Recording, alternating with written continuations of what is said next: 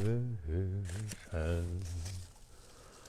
Please forgive me, sister. You me, brother. Hey, hello? Hello? This way. Oh, hi, hey, you came back. This is like the 38th time you came back. Holy macro. I'm going to take this off, okay, because I'm far away, but make sure you wear your mask. And voila, it's me, in case you didn't know. And it's a wonderful time to be with you today because I'm in a special place. A place that probably some of you have not been to, and a place that has become part of our family at Immaculate Conception. I'm going to give you a clue as to where I'm at. If I point out the character just atop of Mary on the right, who do you think that is? Who? You're absolutely right. You guys always know the answers. But yes, it's Saint Joseph. And Saint Joseph is the earthly father of Jesus and, of course, the husband of Mary. And so we are at Saint Joseph Church in the wonderful little village of Scotia, New York. That's become one of our families now, right? We're three, Immaculate Conception here at St. Joseph, and the other one is Our Lady of Grace. That's right. Thank you for bringing that up. And so those are the three families. So we went through our whole church, Christine and I. We did everything, every window. We almost counted how many floor tiles. So I thought today we just give you an overview of the Church of St. Joseph. It's only 4 miles from Immaculate Conception towards Albany, towards Schenectady. And so it'd be a nice place for you to come to church too. If ever you needed to come to church and there was a mass here, it'd be a good place to come. We're not far away from our big church. So next week we're going to have a special guest who's going to be able to tell us more about the building and more about the very beautiful windows, okay? And so let's kind of begin like we always begin, thinking about who do we need to pray for on this certain day. I know people are asking me all the time to pray for them. So I thought today it might be nice if we put the whole St. Joseph's parish family in God's hands. You think they won't fit, huh? They will, because God's got these wonderful hands, right, and beautiful arms that can hug all of us. So we're going to put the people of St. Joseph in his hands today, okay? And you can think of, too, some other people you may want to put in God's hands as well today, okay? He's got the whole world in his hands. He's got the whole world in his hands. He's got the whole world in his hands. He's got the whole world in his hands.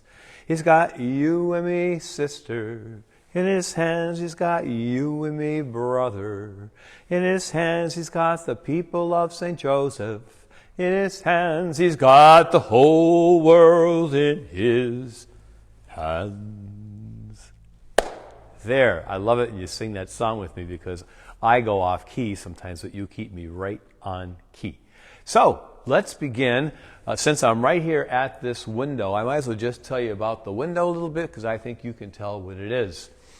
Now, these windows are very, very different from our windows at Immaculate, right? They're just different windows from a different period. And I bet you these windows come from Germany. I wouldn't be too surprised, but we're going to find out more next week. But this window, you can tell, is the Nativity, right? The birth of Jesus that we just celebrated. And we're still in the Christmas season. So that's Jesus there after the birth from Mary, and Joseph ahead of her, and the shepherds. So it's a beautiful window. Especially to begin our little tour today because it's St. Joseph's Church and we're still in the Christmas season. And our Holy Father Francis, just a few months ago, said that from December 20th, I think, till next year, December 20th. It's going to be a year dedicated to Saint Joseph. And I think the Holy Father gave us this year to Saint Joseph because Saint Joseph is the patron of our world, but he's also the patron of families. Did you know that?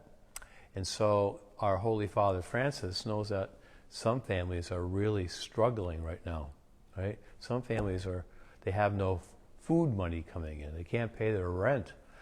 Some people can't buy food as they would like or get their prescriptions, right? And whenever we can't get the things that we need, we know that tension begins to build in the house, right? You're no stranger to that, right? You probably heard mom and dad get upset sometimes because there's just not enough, and they want to give you, their family, the moon, and they can't. So our Pope Francis has recognized the need to really ask Saint Joseph to come upon our families, those that are struggling either financially or emotionally. We ask through Saint Joseph that this family become stronger, okay? That there be a lot of love in that household. And when there's love in the household, we can bring love to others. So, the year dedicated to Saint Joseph, and here we are at Saint Joseph's Church in the village of Scotia, and it is one of our 3 families.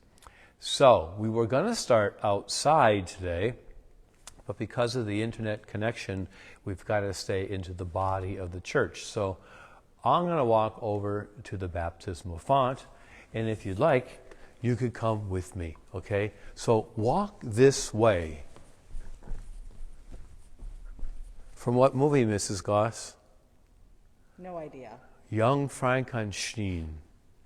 I should have known that. You quote it all the time.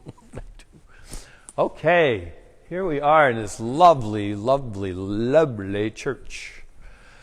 Now, before I start, I wonder if Mrs. Goss could get just a glimpse of the gathering space. She's going to stay here, but I'm going to walk over here just a little bit from a distance and kind of point out to you this very gathering we have again. It's right, has a great place. So it's a church in that respect. 27, that's a long, long time ago. And the church was this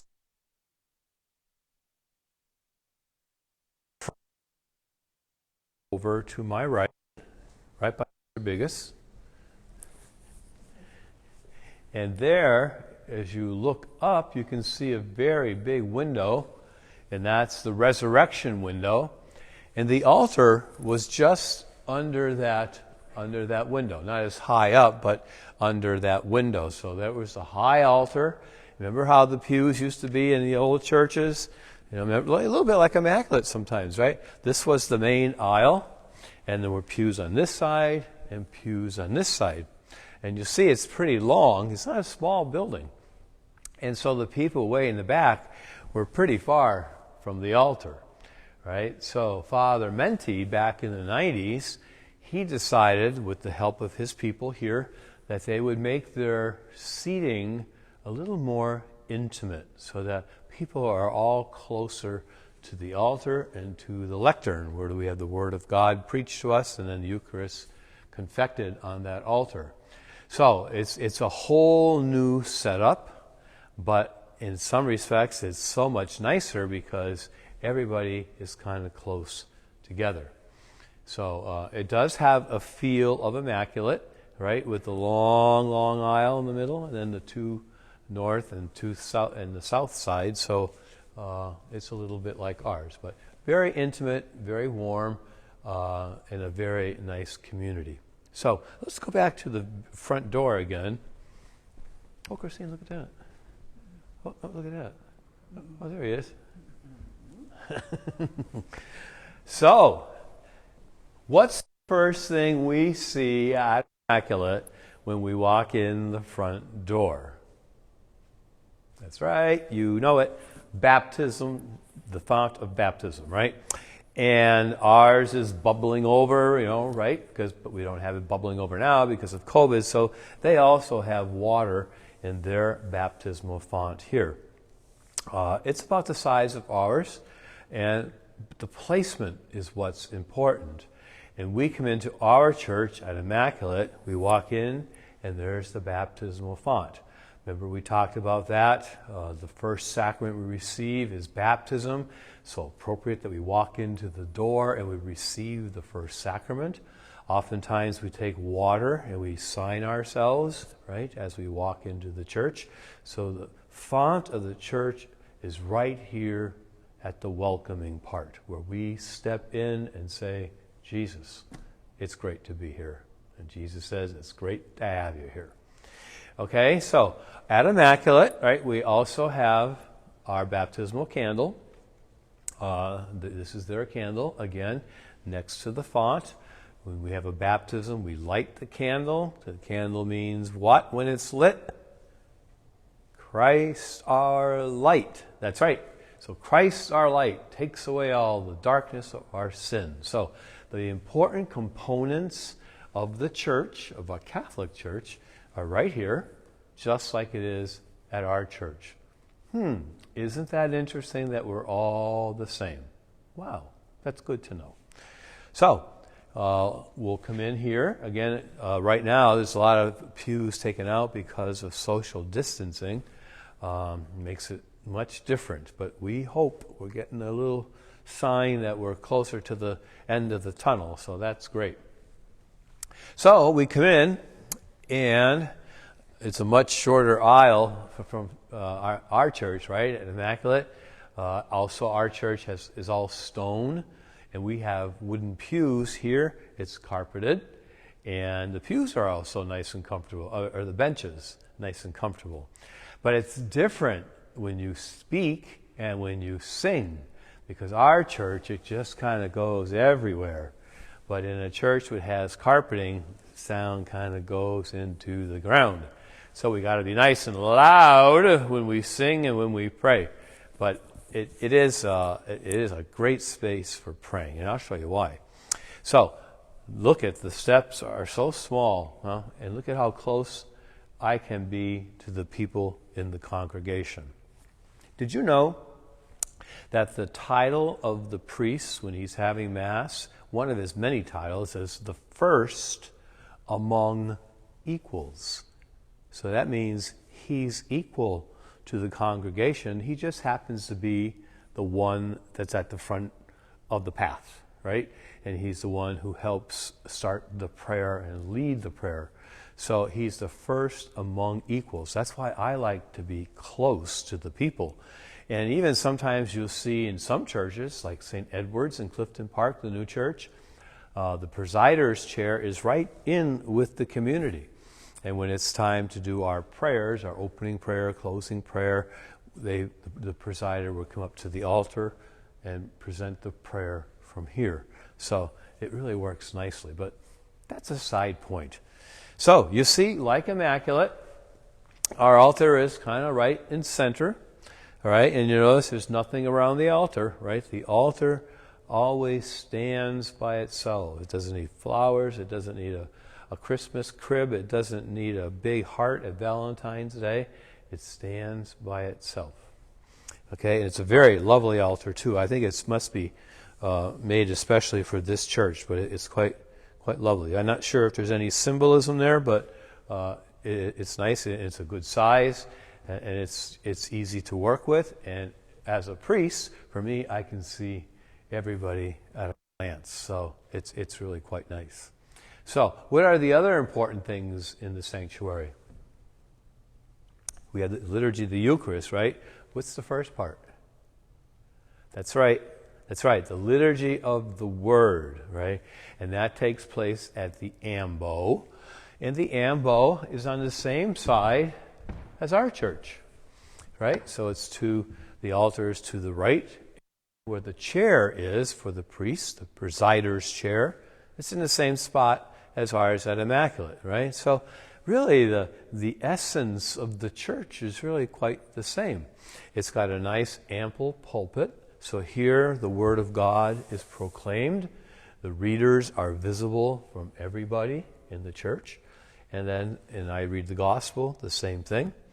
And it's easy to speak in here because people are not far away. So I can see more clearly when I preach. When you yawn, I can see you better here when you yawn. So just keep that in mind. So, that's right. That's right. You can yawn all you want because you have your mask on. That's right. Okay, and then over here is a little credence table, which would not normally be here because our altar servers would be taking care of dressing the altar. But like at Immaculate, we can't use the altar servers as much as we'd like to right now. But again, we're really hoping that'll take place. So this is the sanctuary where I do most of my praying with the community. Over there is all the music section, the organ, a very nice piano. And you notice up on the right up there, that used to be the choir loft. And the organ was up there, but when they did the remodel, they took all the choir loft off. And I heard from many people that they never knew they had such a beautiful window behind the choir loft. It was hidden by some pipes.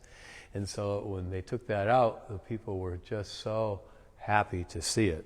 I'm very curious about that window. I got to do some homework on that and see if we can't get an explanation of what it is. To me, it looks like little jars, like holy oil or something. So, also in the church, you know that in our church, the Advent wreath is where? That's right. Yes, it's hanging. It's hanging on the north side. You're right. And so we're fortunate that we can have our wreath up there. It looks beautiful there. It's very, very obvious. But really, the church would say that the Advent wreath could also be in the gathering space, where people would see that when they come in. So it's kind of an option. I think parishes put them in different places as they have their own little traditions. So this is their candle. A little bit different than ours, right? A little more red. Ours is probably a little more white, but the essence is there, right, of the candles. Okay, we're celebrating the weeks of Christmas as we celebrated the weeks of Advent. And the color, of course, has changed. Remember, it was purple. Now it's white. So there you have it. That's St. Joseph's. And let's go over here to get out of the worship space a little and come up here.